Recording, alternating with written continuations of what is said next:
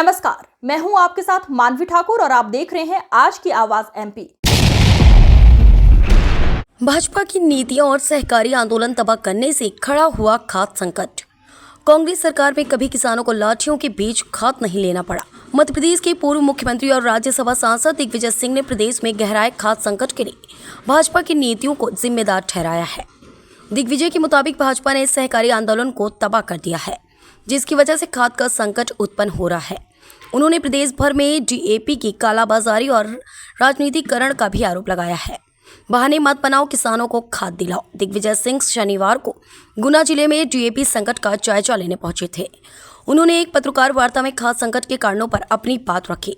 दिग्विजय के मुताबिक साल 2003 तक उनकी सरकार में कभी लाठियों के बीच किसानों को खाद नहीं लेनी पड़ी, क्योंकि तब किसानों को सहकारी समितियों के माध्यम से 2 महीने पहले ही खाद उपलब्ध करा दिया जाता था।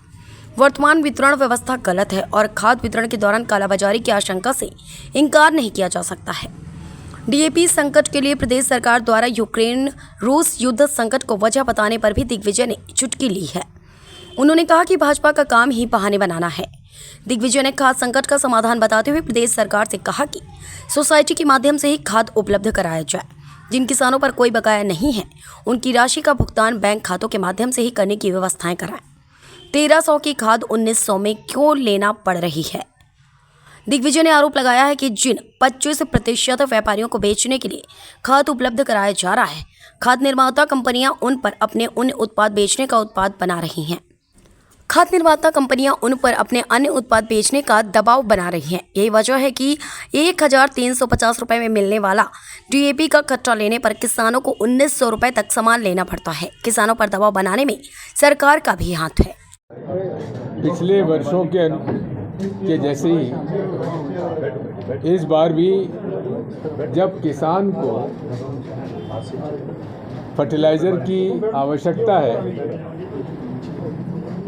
तब उसे मिलता नहीं है, और उसका मुख्य कारण यही है कि मध्य प्रदेश में संपूर्ण सहकारी आंदोलन को तबाह कर दिया गया है, जिसके कारण किसानों को जो पूर्व में हमारे कार्यकाल में सहकारी समिति के गोदाम से एडवांस लिफ्टिंग हो जाती थी, यानी कि बोनी के 2 महीने पहले से ही लिफ्टिंग हम करा देते थे और उसका नगद पेमेंट नहीं होता था, उसको उसके खाते में उसकी राशि जमा करा ली जाती थी और फसल आने पर उससे राशि ले ली जाती थी। अब उसके बाद 2003 के बाद से लगातार सहकारी आंदोलन को तबाह कर दिया गया और आज हालत ये है कि जो किसान ड्यू है, जो किसान ने अपना खाता भी साफ कर दिया, उसको भी खाद अपने खाते से नहीं खरीदने की दी जा रही, उससे भी नगद मांगा जा रहा है। ये अपने आप में संकेत करता है कि किस तरह से पूरे प्रदेश में सहकारी आंदोलन को समाप्त कर दिया गया, और यही सबसे प्रमुख कारण है। दूसरा, कांग्रेस के कार्यकाल में 100% खाद का वितरण सहकारी समितियों के माध्यम से होता था, निजी व्यापारियों के माध्यम से नहीं होता था। आज जैसा मुझे बताया गया डीडीए साहब ने कि 75% जो खाद है वो मार्केट और सहकारी समितियों के माध्यम से बढ़ता है और 25% जो है वो निजी व्यापारियों के माध्यम से बढ़ता है। अब जो 25% खाद बढ़ता है व्यापारियों की तरफ से, तो उन व्यापारियों के जो कंपनियां, उनके मैन्युफैक्चरर हैं, वो उनको अन्य पदार्थों को भी खरीदने के लिए बाध्य कर रहे हैं, जो कि अनियमित है और उसे ये इल्लीगल है। इसके आदेश फर्टिलाइज़र मिनिस्ट्री भी दे चुकी है। उसकी कॉपी मेरे पास है। मैं जयवर्धन को कहूँगा कि वो आपको अभी फॉरवर्ड कर देंगे। आप में से किसी के साथ उसको शेयर कर लीजिएगा। इसका मतलब ये है कि निजी कंपनियां 1350 की खाद ज़बरदस्ती लोगों से वो सामान जो उसकी आवश्यक नहीं है वो खरीदने के लिए बाध्य किया जा रहा है। यानी कि 1350 की खाद 1900-2000 तक में बेची जा रही है।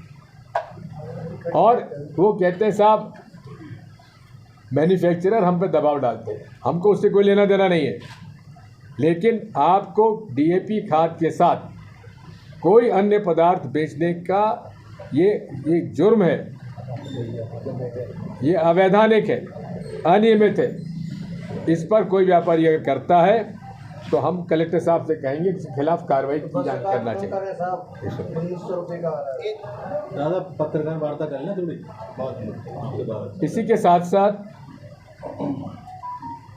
राज्य सरकार ने मांग करी है पूरे प्रदेश में जितनी मांग, जैसे गुना जिले 25,000 टन की यहाँ से मांग की गई थी। 25,000 टन में से केवल 4,000 मीट्रिक टन आया है सामान, यानी कि लगभग 21,000 मीट्रिक टन की कमी है। अब उस कमी की पूर्ति कैसे हो? उस हमेशा डिमांड और सप्लाई में जब डिमांड ज़्यादा होती है, सप्लाई कम होता है, तो कालाबाजारी होना स्वाभाविक है और वही हो रहा है। अभी जितना खाद आ रहा है उसमें आधे से ज़्यादा मार्केट के पास आ रहा है और आधे से थोड़ा बहुत कम बराबर समझ लीजिए वो सहकारी समितियों को पैक्स को दिया जा रहा है, प्राइमरी एग्रीकल्चर कोऑपरेटिव सोसाइटी को। लेकिन जैसा मुझे डिप्टी DRCS साहब ने बताया कि यहाँ 86 जो सोसाइटीज़ हैं उसमें 72 सोसाइटीज़ ही ड्यू हैं और उनमें वो खाद उपलब्ध करवा रहे हैं और खाद उपलब्ध होने के बाद वो सबको कैश दे रहे हैं। भाई जो ड्यू है उसको तो खाते से आपको देना चाहिए ताकि वो अपना खाता ड्यू रखे, लेकिन उसको भी मजबूर किया जा रहा है कि आप कैश लाओ।